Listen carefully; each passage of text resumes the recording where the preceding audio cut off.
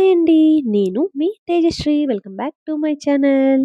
ఈరోజు నేను మీకు రెస్టారెంట్‌లో తినే super tasty butter paneer fried rice చూయించబోతున్నాను. ఇది ఇంట్లోనే చక్కగా చేసుకోవచ్చు. టేస్ట్ మాత్రం 100% హోటల్ స్టైల్‌గా ఉంటుంది. ఒక్కసారి చేశామంటే కుటుంబం అంతా వావ్ అంటారు. మరి ఆలస్యం లేకుండా స్టార్ట్ చేసేద్దామా?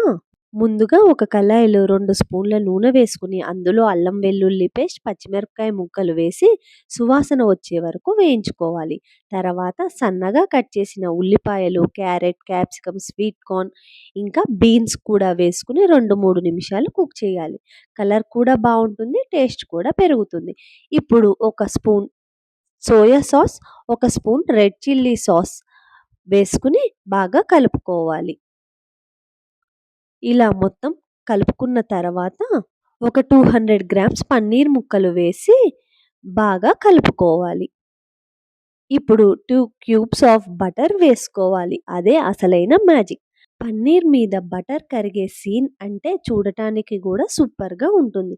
ఇది కొద్దిగా మగ్గేంత వరకు మూత పెట్టుకొని మగ్గించుకోవాలి. ఇలా మధ్య మధ్యలో 1కి 2 సార్లు కలుపుకొని ఇందులో ఒక పావు చెంచాడు మిరియాల పొడి, రుచికి సరిపడా ఉప్పు వేసుకుని బాగా కలుపుకోవాలి. ఇప్పుడు మళ్ళీ ఒకసారి మూత పెట్టుకుని ఒక 2 నిమిషాలు బాగా మగ్గించుకోవాలి. ఇలా మూత తీసుకుని మళ్ళీ ఒకసారి కలుపుకొని తర్వాత ముందుగా ఉడికించుకున్న 2 కప్పుల రైస్‌ని వేసి బాగా మిక్స్ చేయాలి. ఇలా రైస్‌ని కొద్దిగానే వేసుకుంటూ కలుపుకోవాలి. అప్పుడే గిన్నెకు అడుగు పట్టేయదు.